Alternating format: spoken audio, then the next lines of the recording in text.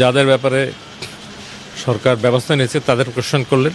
তার আগে একটা ভালো সংবাদ দিই, যেমন আজকে একজন সচিব হয়েছে, শিল্প সচিব, আরও 9 জন সচিব আন্ডার পাইপলাইন, মেবি 1-2 একদিন 2 দিনের মধ্যে আরও 9 জন সচিব ফাঁকা মন্ত্রণালয়গুলো পোস্টিং করা হচ্ছে।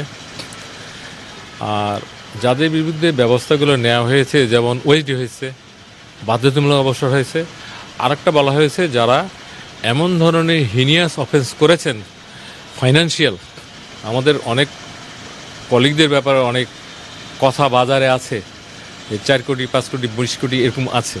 এগুলো যদি আমরা বিভিন্ন সংস্থার মাধ্যমে এবং আমাদের নিজস্ব সিস্টেমের মাধ্যমে যদি দেখি যে সত্যি সত্যি ঘটনা আছে, সেই শুধুমাত্র সেই কেসগুলো আমরা দুদকে পাঠাবো। It's not general.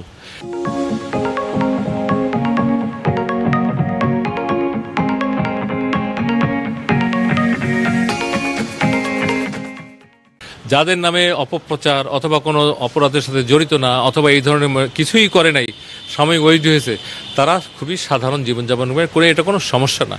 এখানে সরকার বায়াস না, সরকার অত্যন্ত সচেতনভাবে কাজটা করবে যাতে একজনও নিরীহ কর্মকর্তা কোনো সাজা অথবা অপরাধ অথবা অসম্মান না হন। 24 সালের বিষয়ে আমরা পুরোটাই গোয়েন্দা সংস্থার কাছে পাঠিয়েছি। 24 সালেরগুলো আসবে, আমরা বিবেচনা করব। আপনারা জানেন 4 জন মাননীয় উপদেষ্টার একটা কমিটি আছে, অ্যাডমিনিস্ট্রেটিভ কমিটি। সেই কমিটিতে এগুলো বিশ্লেষণ হবে এবং ধীরে সুস্থ হবে।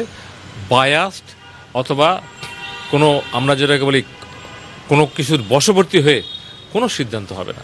সব সিদ্ধান্ত হবে নিয়ম নীতির মাধ্যমে, এবং একজন অফিসারও যেন ভিকটিম না হয় সেটা আমরা দেখব। Thank you very much.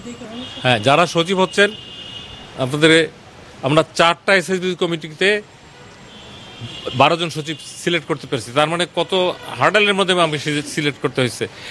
এরা অধিকাংশই বঞ্চিত এবং যোগ্য। শুধু বঞ্চিত হলেই হবে না, সচিব হলে একটা মিনিস্ট্রি চালাইতে হবে।